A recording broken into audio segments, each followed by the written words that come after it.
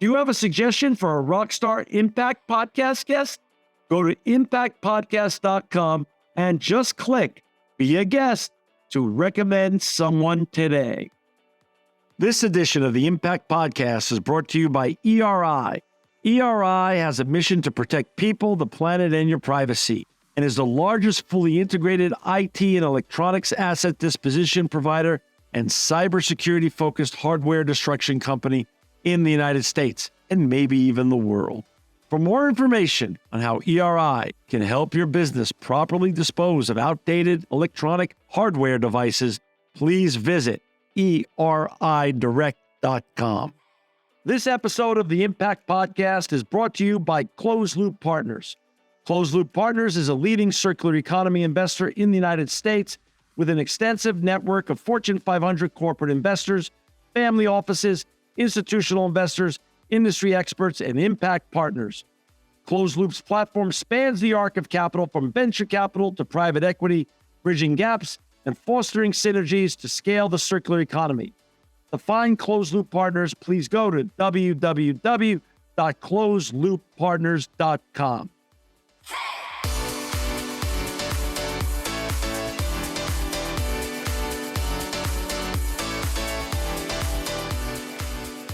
Welcome to another edition of the Impact Podcast. I'm John Shigarian, and I'm so honored to have with us today Andrew Dempsey. He's the Director of Climate for REI. Welcome, Andrew, to the Impact Podcast. Thanks for having me, John.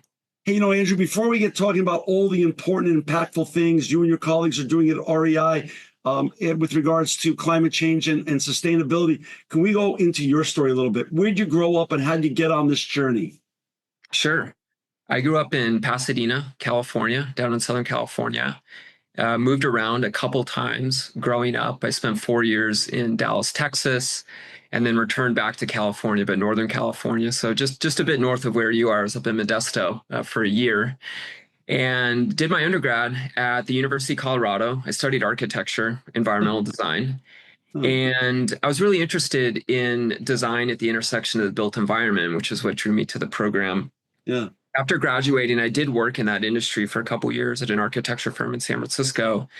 And while I liked a lot of aspects of the discipline, I could sort of tell that it wasn't a profession I was dedicated enough to want to commit the years and additional years of schooling to go on and become a licensed professional. So I pivoted for a few years. I went back to Colorado. I had some adventures. I had some friends living in the mountains from school, and I did a fair amount of skiing. And, one season turned into a couple years and traveled for a bit. And when I came back from all of that, I tried to really figure out what were the elements of what I studied in architecture and environmental design that I really enjoyed, and how could I find a new filter or lens to have an outlet for those things that I liked about that discipline. And I ended up going back to grad school, and I studied civil and environmental engineering at Stanford. And it's at that time I was really able to look at sustainability a bit more holistically mostly through the built environment lens. And from there, I went to work at Google for about 7 years in the real estate department. And I focused on sustainability intersection of the built environment. I was working on their design standards for office spaces in pursuit of productivity, experience, human health. It was a great experience. Got to meet with work with a lot of great partners at that gig. And then about 6 years ago, my then girlfriend, now wife, and I moved up to Seattle for just a new adventure and personal reasons. And it's at that time that I got this opportunity to come work with REI. And it was a great opportunity for me to take the expertise and knowledge I built around sustainability through, again, mostly the built environment lens, but really look at an entire industry. So the retail industry, product manufacturing, and not only look at how are we operating our stores, how are we thinking about energy, waste, et cetera, but look at impacts all the way up our value chain, look at logistics, look at product manufacturing globally. And so the last 6 years have been a wonderful opportunity for me to learn about a new industry, look at sustainability more holistically, and build a team that's really focused on our climate action. So in a nutshell, that's my journey from growing up to today. Where did your love of both the environment and the outside especially the outside environment, but then also like backslash sustainability come in. Now, obviously, Pasadena is a beautiful area to grow up in, and it's actually a really beautiful community in terms of outside and inside. Yeah. Or was it more your college experience that informed you? Because of course, University College Boulder is just one of the prettiest places on this planet. Where did it all happen, or was it a progression? Yeah, no, that's a great question. I've thought a lot about that actually. And I'll say the first spot it showed up was going every year in the summer. I'd go spend a week in the Sierra Nevada. My family for a couple generations now has had a small cabin up north of Yosemite. And I'd go up there and spend a week every summer with my brother and with my cousins. Mm. And it's a place I've gone to every year since then, my entire life. And it really planted these early seeds of, hey, I like this feeling of being out in nature, of connecting with a place, and of witnessing the changes that take place in a certain environment year over year, season over season. So I'd say that was the first spot where I really found a personal connection to the environment, to nature. And then certainly as an adult, going to the University of Colorado, I actually went to a different school my freshman year, and I transferred to CU Boulder my sophomore year. My brother had been going to school there, and I went to visit him, and I thought, this feels right. This is where I want to be. And so you're right. As an adult, it really was in Boulder and getting to spend that time in Colorado where I really understood that was something that was important to me. Yeah. So, yeah. So now you're at REI, the director of climate for about 6 years or so now, about 6 years. What, as you and I know, sustainability and roles such as chief impact officers or chief sustainability officers or chief, climate officers can be read very narrowly or broadly. How do you read it, and what does your role encompass on a day-to-day, week-to-week, month-to-month, quarter-to-quarter, year-to-year basis over at REI? Yeah, I look at my mandate, my team's mandate, and the other teams that encompass impact at REI. I look at our mandate as being pretty broad, and I think that's due in part to the unique structure and origin story of REI. We're a cooperative. We were founded in 1938 here in Seattle by Lloyd and Mary Anderson, and they got together with a group of friends who enjoyed mountain climbing, and they couldn't find quality equipment here in the US. So they got together and started purchasing equipment from Europe, specifically ice axes. So that's why whenever you go into a REI retail location, if you look at the front doors, they're ice axes. And that's an homage to the first product that REI as a cooperative started importing in 1938. And they formed as a cooperative because the purpose of the company is really first and foremost to serve its members. So that's where a key differentiator comes in from, let's say, a publicly traded investor-led or investor-directed organization. We really serve. We really exist to serve our members, and so we look at what we're doing not just through an impact lens, but really holistically across our business and across our employees, members, and society. So the work that my team's doing, and that again our broader impact organization is doing, really hit what we call that quadruple bottom line, those four groups that we are looking to influence, to lead, and to challenge, frankly. So coming in a little bit closer to my role and title specifically, looking at our climate program, it's an enterprise-wide program. Again, we're looking at energy consumption all the way down in our stores, and we're looking at energy consumption all the way up our value chain over in Southeast Asia with our manufacturing partners, where we're making products that have the REI logo on it. So we're engaging the entire business, but we're also engaging all our employees and all of our members and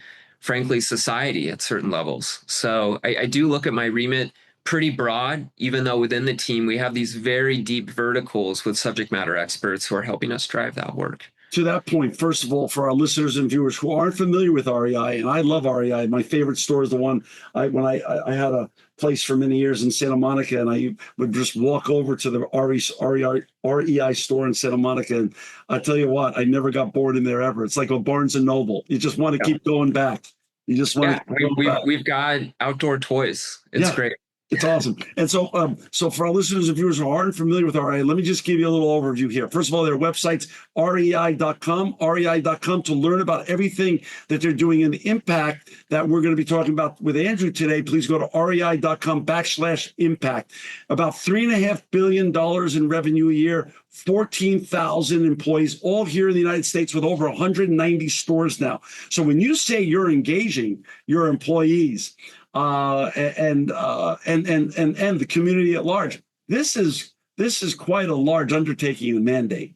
There's a lot going on. Yeah, I agree. I'll throw in one more stat for you there, which is 25 million lifetime members. So, Wow. Wow. Since 1938, we've had 25 million people in the You co-op. get to communicate with on as much as a basis that makes sense for your communication purposes. That's right. Yeah. Wow, that is quite a tribe, as Seth Godin would call it, the tribe. Talk a little bit about specifics, with regards to your climate strategy, what you've laid out, and some of the points of progress along the way to the decarbonization of REI, and as you say, much broader, not only just the stores themselves, but backwards and forwards as well in terms of upstream and downstream. Sure. And I'll go back in time here for a moment. Sure. I'll go back to 2006 when our then Sally Jewell, who went on to be Secretary of the Interior in the Obama administration, she was our CEO. She said she was a visionary and set some really long-term goals for REI. So this was back in 2006, and she was looking out to the year 2020. She set some goals around waste diversion, around measuring our climate impact and our carbon emissions. And it was around that time that we really started to formalize, hey, we need to be paying attention to the impact that we're having as a corporation on the environment, on the changing climate. And it was at that time that we started measuring certain components of our footprint and really started to take notice and think about the impact that we were having on the changing environment as an organization. Fast forward to around 2019-ish, we did our first comprehensive scope 1, 2, and 3 carbon footprinting exercise and really parlayed that. Now, that really baseline for us, what is our impact across our entire value chain? That really allowed us to baseline, where do we need to go from here? How should we be thinking about setting targets and progress that we want to make against that baseline? Was that your overt decision when you came in with the proverbial blank page and needed a starting point? In part, but there were a lot of players in these discussions, going all the way up to our CEO at the time, Eric Arts, to Matt Thurston, who was leading our sustainability team, to several other folks. The organization was ready for this. This was yes. Right. I consider myself lucky to have come in at a time when we were ready to make this move, and I got the opportunity to be a part of that, to setting that vision and designing that strategy, which we came out with in 2020, which was aligned with science, which basically said, hey, from 2019, which is our baseline, looking out about a decade to 2030, we need to roughly half our emissions. And then you go another decade and we need to roughly half them again.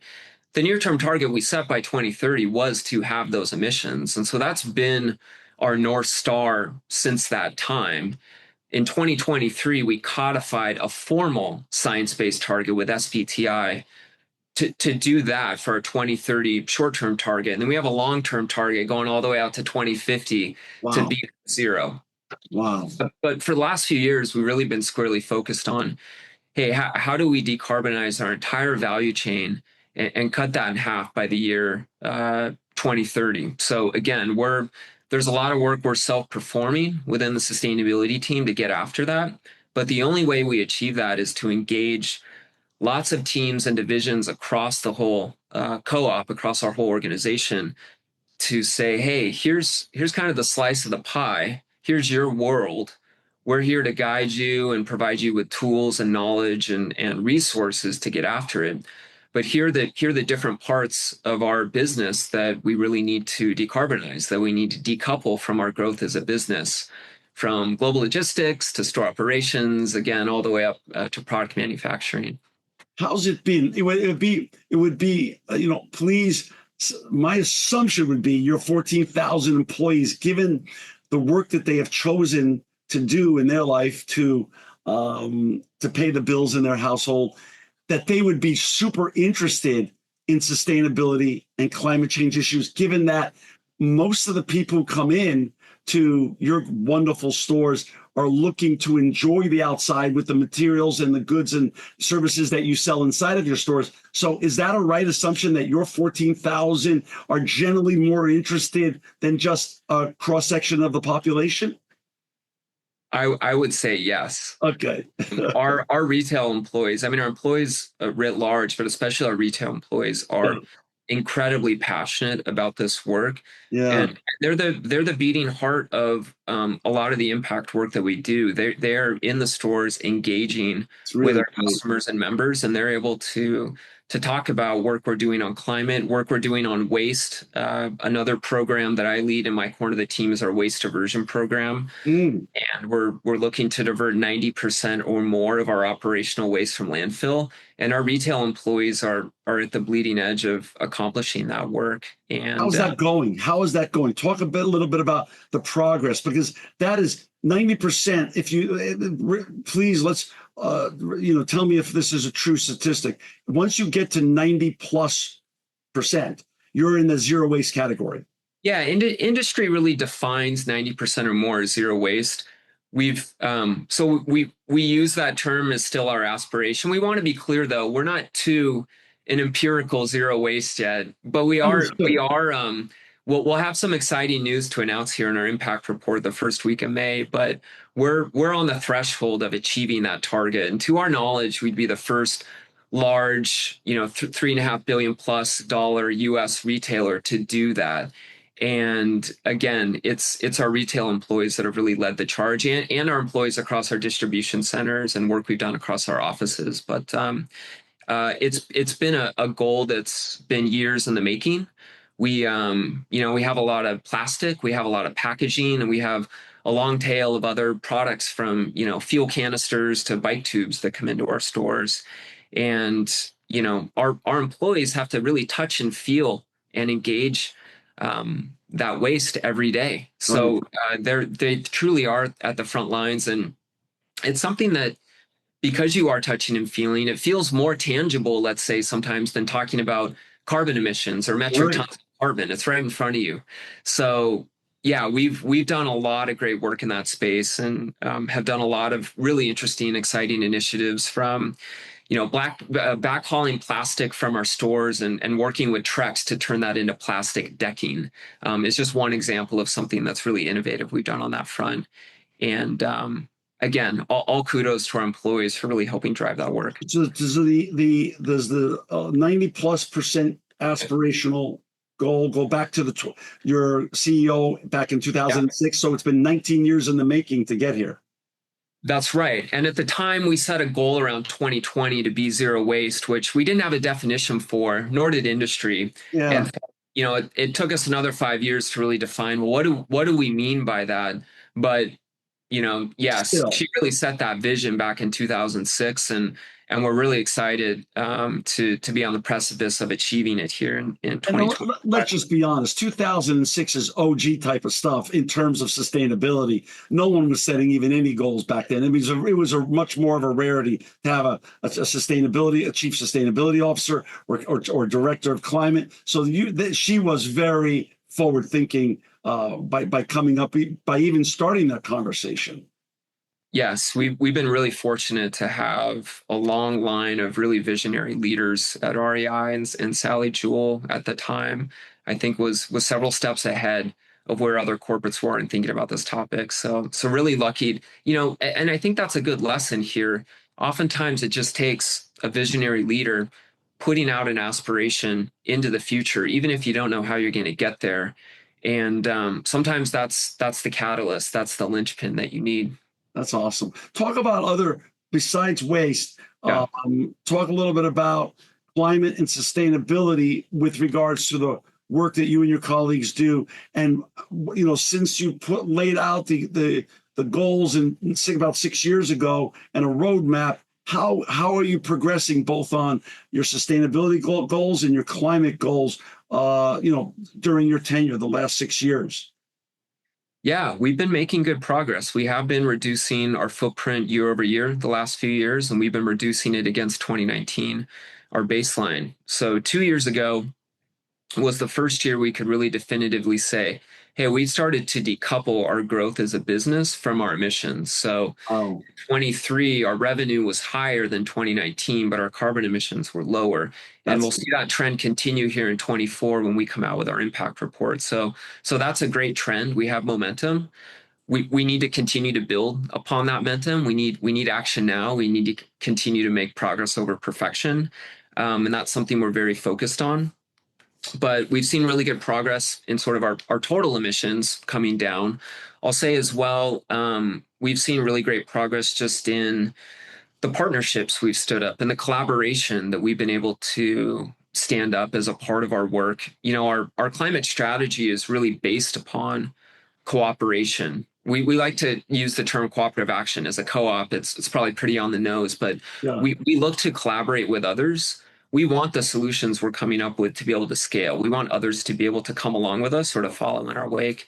And we really look within that mindset, we look for solutions that are moving with speed and with scale because time is of the essence here. And we really need to identify that short list of solutions that can be implemented quickly and that are scalable beyond our four walls to really a global perspective and a global platform.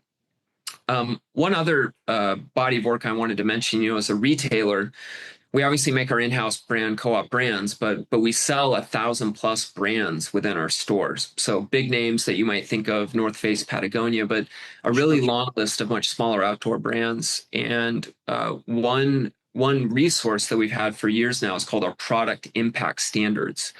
And those are a list of requirements and aspirations that we ask our brands to adhere to as they're doing their work, as they're running their business. And these are things like setting climate targets and taking action against those targets.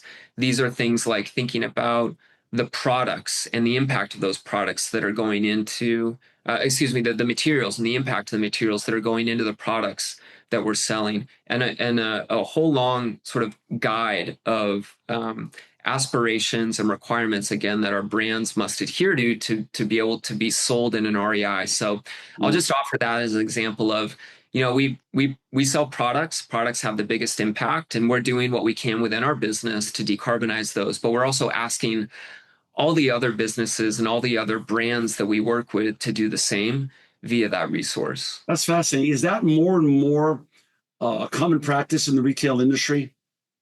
I think so. Yes, definitely. That brands are looking to hold their suppliers and their partners to some of the same aspirations and standards that they adhere to within their business. I think And we've you certainly use seen other okay. examples of that. Right, and you use the word in a very gentle way, ask.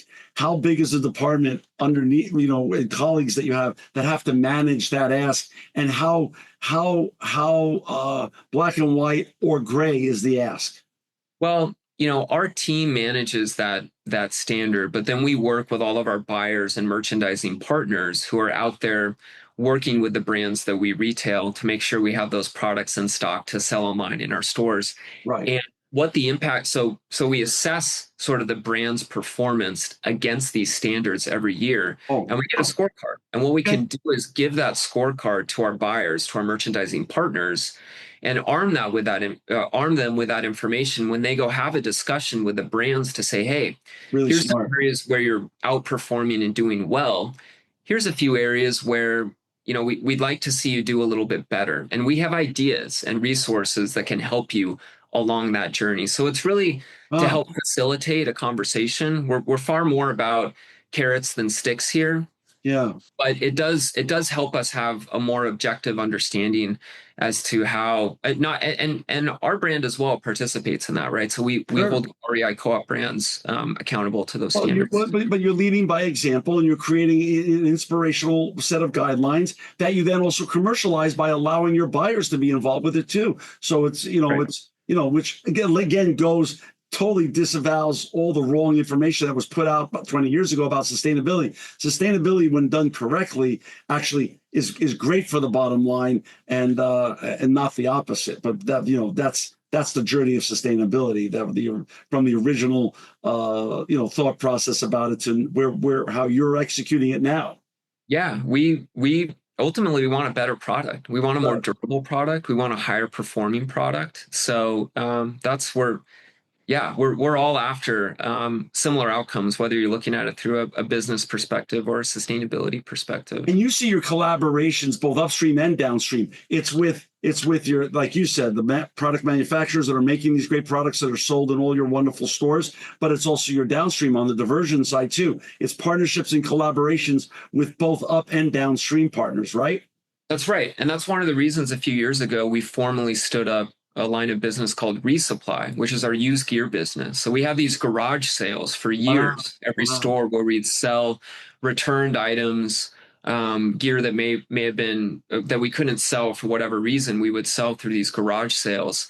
We really formalized that into a line of business called Resupply so that we can keep product in use longer. Because the most sustainable thing you can do is to keep using product to if you're going to go get the newest thing, then pass along your gently used backpack or tent down to the next person. If it's been damaged, can we repair it? So yes, we do really look at sort of the full circle of product usage and recyclability, and certainly this notion of circularity is something that the industry has really embraced over the last few years, and we embrace it as well. Well, that makes total sense because, as you and I know, generationally speaking, we're going from the legacy go and throw economy, the linear economy now to the circular economy. That's a trend that's not go away. It's only going to grow. And reuse is one of the most viable forms of recycling and circularity. So that's a brilliant. Sounds like a brilliant program. I'm sure it's been met with great results. Yeah, it's been really successful. It's not only a way to keep gear and product in use longer, but it's a way to invite a broader set of customers and folks interested in REI into the outdoor space. So it's a win-win across the board. If you're a listener or viewer who've just joined us, we've got Andrew Dempsey with us today. He's the Director of Climate for REI. To find Andrew and his colleagues and all the important impacts they're making, please go to www.rei.com/impact. It'll also be in the show notes, so you don't have to write it down.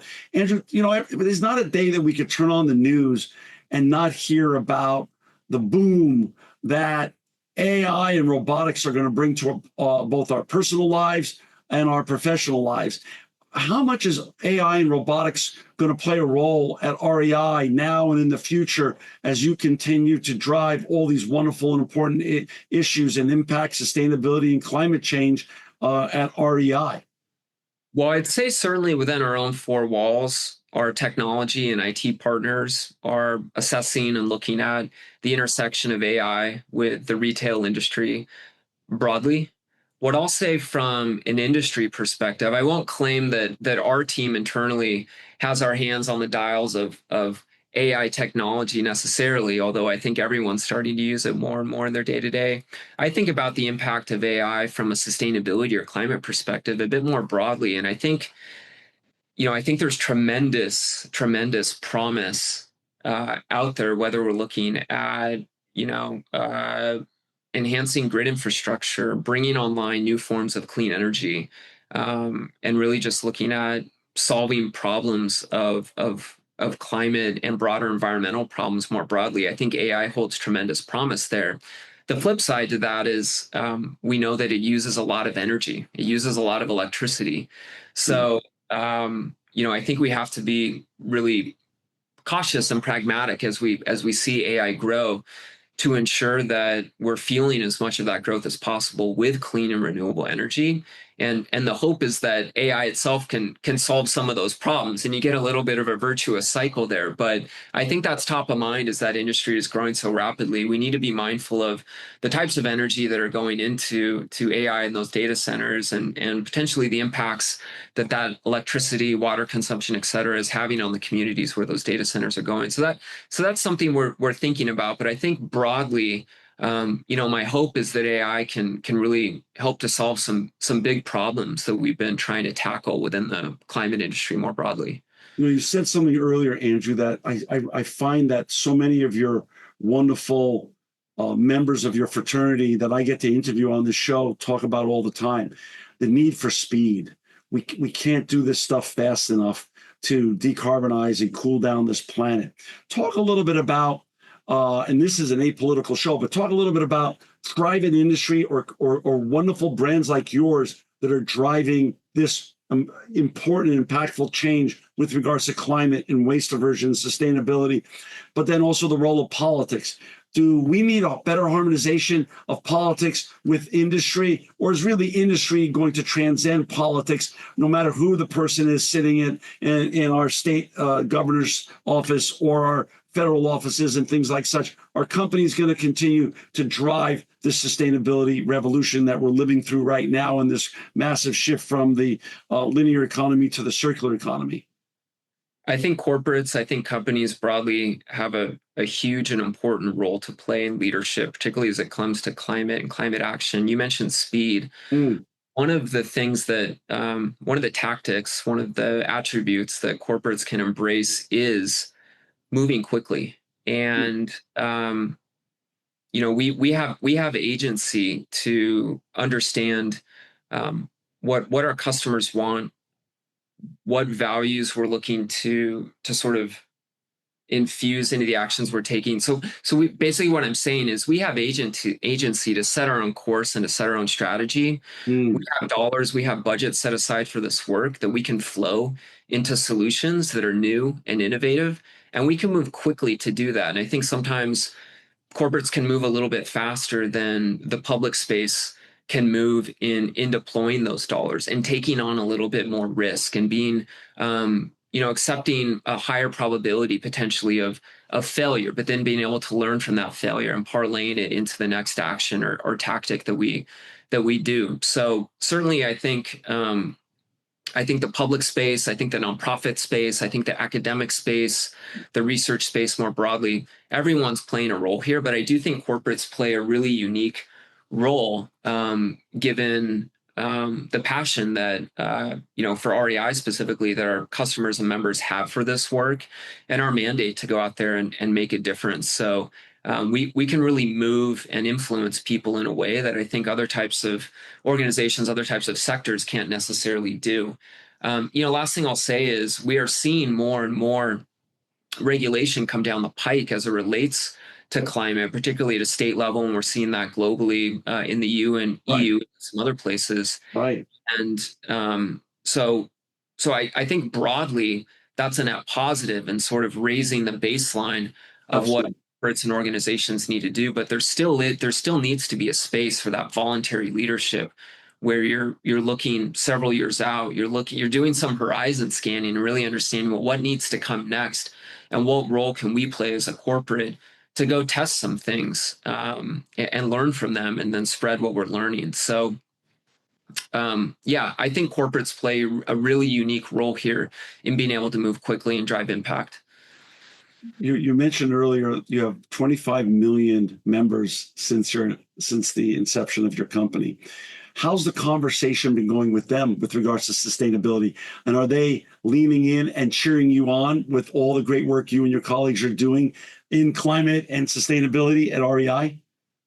Absolutely. Our members, and we get the pleasure of hearing from our members quite often. Our members are really passionate about the work that we're doing in the space. And again, that passion goes all the way back to our founding, and even going back into the 70s, where we really started to first formalize stewardship opportunities and gatherings where members and employees could come together and go out and do service work in the communities and in the local environment. So fast forward 50 years, our membership base is still really passionate and involved in this work. And I think, going back to our work on waste aversion, that's a place where we hear a lot from our members, and packaging is something that we're continuing to make progress on. And again, going back to the analogy I gave with our employees earlier, where waste is really something you can touch and feel, and it feels tangible, that's the same with our customers and with our members. When they're getting product from us, they can see that packaging,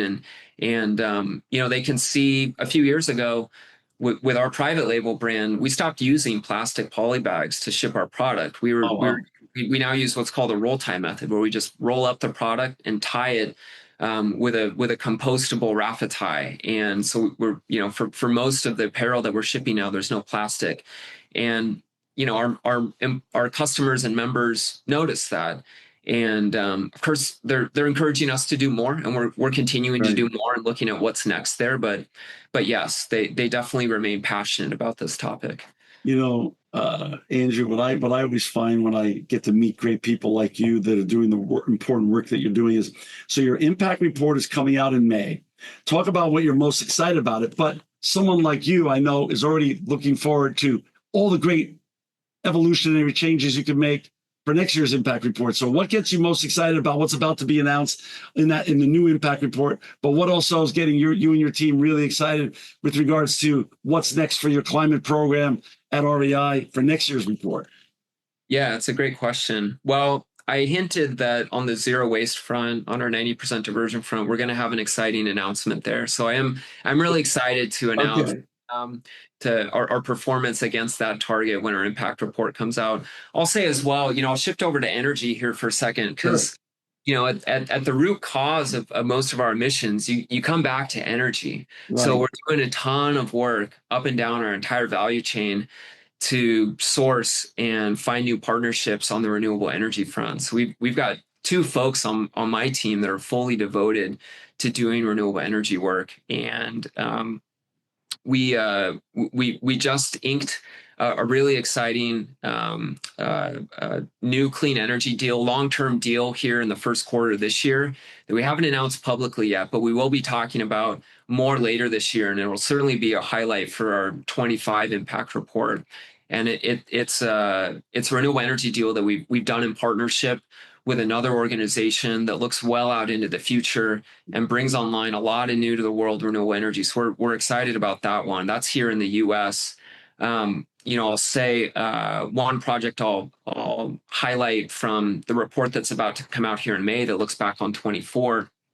We continue to do some really interesting work on the renewable energy front up our value chain. So there's an organization called Power Trust that we've engaged with, who's is working with energy developers primarily in Southeast Asia. So think Vietnam, Indonesia, Cambodia, et cetera, to bring online new renewable energy in those countries. Wow. That we have forward purchase agreements to purchase those RECs, that then we work with our suppliers who are manufacturing product in those countries to retire those RECs on their behalf. So it's a way that we're working with our suppliers over there to connect them with new forms of renewable energy. So that's one sort of backward-looking proof point, and then one forward proof point. What gets you inspired? Obviously you have all the great colleagues in your industry, the other sustainability officers and impact and climate officers, but do you lean to them? Do you look to other retailers, or do you look at anomalies outside of just industry related information and you get inspired otherwise? Well, I think we look a lot of places to get inspired. One of the things I love about working in this discipline is it's incredibly dynamic. So what was the best practice or what was a new innovation 6 months ago is no longer. We've moved on to the next thing. And so I love just reading about, yes, what other corporates are doing. Again, I mentioned collaboration. We have open lines to a ton of leading organizations in the space. And there's a lot of exchange of ideas through industry organizations or just through more bilateral partnerships that we stood up with other orgs. I try to spend time every week just reading about what's going on in the R&D space and understanding what's next in the electrification space, or what's next in decarbonized transportation or product manufacturing. I think there's some really exciting things going on in the material innovation space. We brought on board a couple of years ago a director of material research and innovation over from Nike, and he's doing really exciting work with our in-house brand to look at the materials that we're using to design our products. So, I try to absorb all of this information from our team as well. We've got a team of over 10 sustainability practitioners who are also scanning the horizon and looking to next and coming up with great ideas. So it's really an all of the above approach for how we're thinking about what comes next. Well, whatever comes next that you want to talk about again on our show, you're always welcome back here, Andrew. You're just doing amazing work. I want to tell our listeners again to find Andrew and all of his colleagues who are doing this important work in climate and also impact. Please go to www.rei.com/impact. Andrew, thanks for not only spending 45 minutes with us today on the Impact Podcast, but more importantly, I'm really grateful to you and all your colleagues at REI for all the work you're doing in climate, sustainability, impact, and way beyond. Thanks so much again for your time today. Thanks for having me, John. This was great. This edition of the Impact Podcast is brought to you by Engage. Engage is a digital booking platform revolutionizing the talent booking industry. With thousands of athletes, celebrities, entrepreneurs, and business leaders, Engage is the go-to spot for booking talent, for speeches, custom experiences, live streams, and much more. For more information on Engage or to book talent today, visit letsengage.com. This edition of the Impact Podcast is brought to you by ERI. ERI has a mission to protect people, the planet, and your privacy, and is the largest fully integrated IT and electronics asset disposition provider and cybersecurity-focused hardware destruction company in the United States and maybe even the world. For more information on how ERI can help your business properly dispose of outdated electronic hardware devices, please visit eridirect.com.